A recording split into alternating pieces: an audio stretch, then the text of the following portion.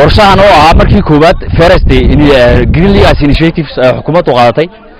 ka degmahan iyo ka deegaan ahaan iyo meel walba iyo Ethiopia dhanba qorshaha xisbiga BB ee deegaankeena gaar ahaan degmada Tuli Guleed qorshahaas inagoo ka duuleena ka shaqaalaha degmada anagoo ah iyo dhammaan hogaaminta degmada baa waxa iyo shacabka degmada maanta waxa la isku soo baxay in laga qayb qaato greenhouse initiative legacy oo ah qorshihii ra'iisul wasaaraha waddanka Ethiopia uu bilaabay kaasi oo ah mid ma taqaanay guud ahaan dalka Ethiopia sidii loo baahnaa uga hirgalay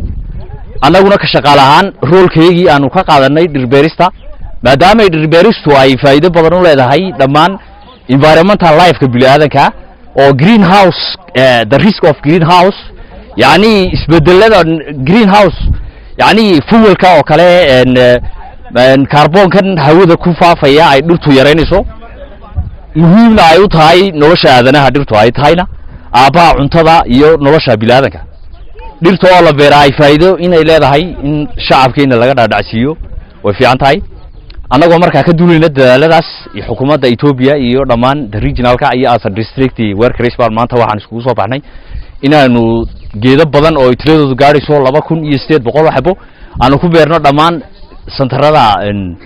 degmada Tuli Guleed iyo Tuli Town